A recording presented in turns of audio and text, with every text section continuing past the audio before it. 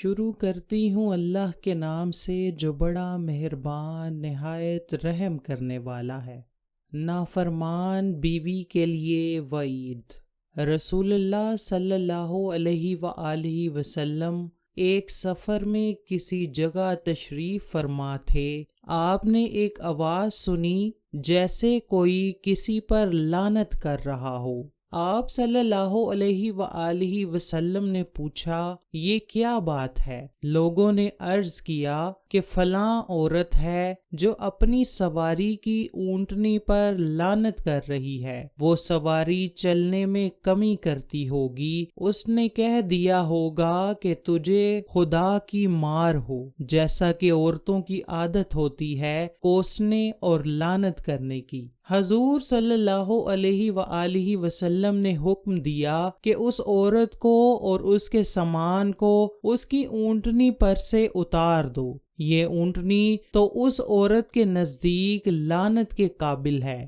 پھر اس کو کام میں کیوں لاتی ہے؟ حضور نے اصلاح اور تنبیہ کے لیے ایسا فرمایا کہ جس چیز کو کام میں لاتی ہے اسی کو لعن طعن کرتی ہے۔ حضور نے فرمایا سب سے اچھی وہ عورت ہے جو اپنی عزت کے بارے میں پارسا ہو اور اپنے خاوند پر عاشق ہو۔ حضور نے پھر فرمایا جب کوئی عورت اپنے شوہر کو دنیا میں کچھ تکلیف دیتی ہے تو جنت میں جو حور اس شوہر کو ملے گی وہ کہتی ہے کہ خدا تجھے غارت کرے، وہ تیرے پاس مہمان ہے، جلد ہی تیرے پاس سے میرے پاس چلا آئے گا۔ حضور نے فرمایا کہ سب عورتوں سے اچھی عورت وہ ہے کہ جب شوہر اس کی طرف دیکھے تو وہ اس کو خوش کر دے، اور جب وہ اس کو کوئی حکم دے تو وہ اس کی اطاعت کرے، اور اپنی جان و مال میں اس کو ناخوش کر کے اس کی مخالفت نہ کرے۔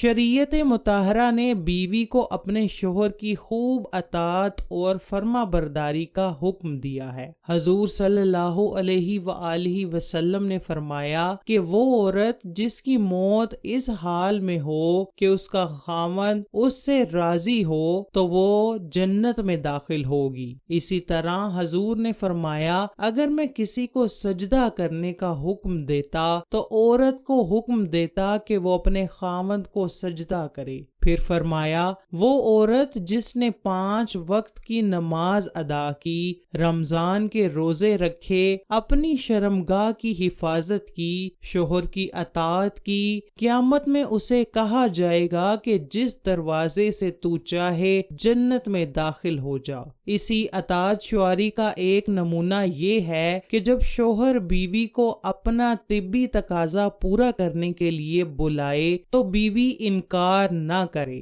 اس سلسلے میں حدیث میں واضح تعلیمات موجود ہیں۔ حدیث مبارکہ ہے کہ جب شوہر اپنی بیوی کو اپنی حاجت پوری کرنے کو بلائے اور بیوی انکار کرے، جس پر شوہر غصہ کی حالت میں رات گزارے تو صبح تک فرشتے اس عورت پر لعنت بھیجتے رہتے ہیں۔ دوسری روایت میں ہے کہ شوہر اپنی بیوی کو اپنی حاجت پوری کرنے کے لیے بلائے تو عورت کو چاہیے کہ وہ اس کے پاس چلی جائے اگرچہ روٹی پکانے کے لیے تندور پر کھڑی ہو۔ لہٰذا مذکورہ عورت کو چاہیے کہ وہ حتی الامکان شوہر کی اطاعت کرے اور جو کیفیت غیر اختیاری ہو اس کا اظہار نہ کرے، شوہر کو برا بھلا بھی نہ کہے، اللہ سے بردباری طلب کرتی رہے، اور شوہر کو چاہیے کہ بیوی کی طاقت کو مد نظر رکھ کر اس سے تعلق قائم کیا کرے، اور اگر کوئی کیفیت بیوی کے اختیار میں نہیں ہے اس پر بیوی کا مواخذہ نہ کرے،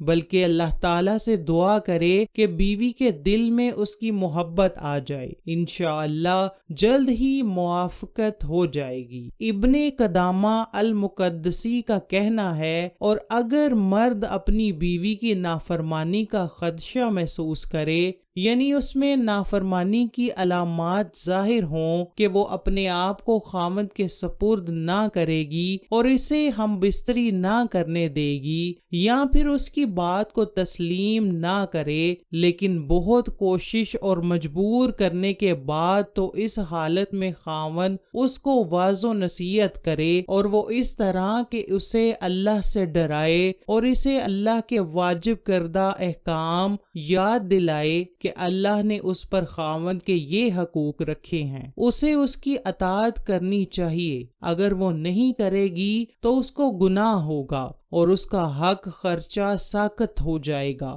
اور پھر خاوند کے لیے اسے بستر سے الگ کرنا اور اسے ہلکی سی مار کی سزا دینا بھی جائز ہوگا، اس لیے کہ اللہ کا فرمان ہے، اور وہ عورتیں جن کی نافرمانی سے تم ڈرتے ہو انہیں واعظ و نصیحت کرو، اور واعظ و نصیحت کے باوجود وہ سرکشی پر اصرار کریں اور خاوند کے ساتھ مباشرت کے لیے راضی نہ ہوں، تو پھر خاوند کے لیے جائز ہے کہ وہ اسے اپنے بستر سے الگ کر دے، اس لیے کہ اللہ تعالیٰ نے فرمایا ہے کہ انہیں بستروں میں الگ کر کے چھوڑ دو۔ اور اگر معاملہ اس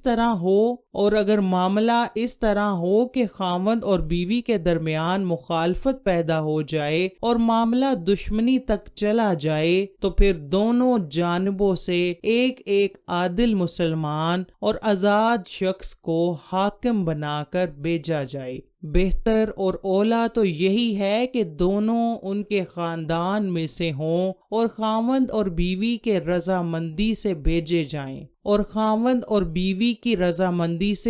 جائیں، جو کہ ان کے حالات کا جائزہ لینے کے بعد اگر ان کے درمیان صلح بہتر سمجھتے ہوں تو صلح کروا کر انہیں اکٹھا کر دیں، اور اگر یہ دیکھیں کہ ان کی علیحدگی ہی بہتر ہے تو پھر ان کے درمیان طلاق خلا کر کے علیحدگی کروا دیں۔ جو بھی یہ فیصلہ کریں گے وہ خاوند اور بیوی کو تسلیم کرنا ہوگا۔ اللہ کا فرمان ہے کہ اگر تمہیں خاوند اور بیوی کی آپس میں ایک دوسرے کے ساتھ انبن کا خدشہ ہو تو ایک منصف مرد والوں کا ایک منصف عورت والوں کے گھر والوں سے مقرر کرو۔ اگر دونوں صلح کرنا چاہیں گے تو اللہ دونوں میں ملاپ کروا دے گا۔ حضور نے فرمایا، دوزخی عورتیں جن کو میں نے دیکھا نہیں میرے زمانے کے بعد پیدا ہوں گی کہ کپڑے پہنے ہوں گے اور ننگی ہوں گی، یعنی نام کا بدن پر کپڑا ہوگا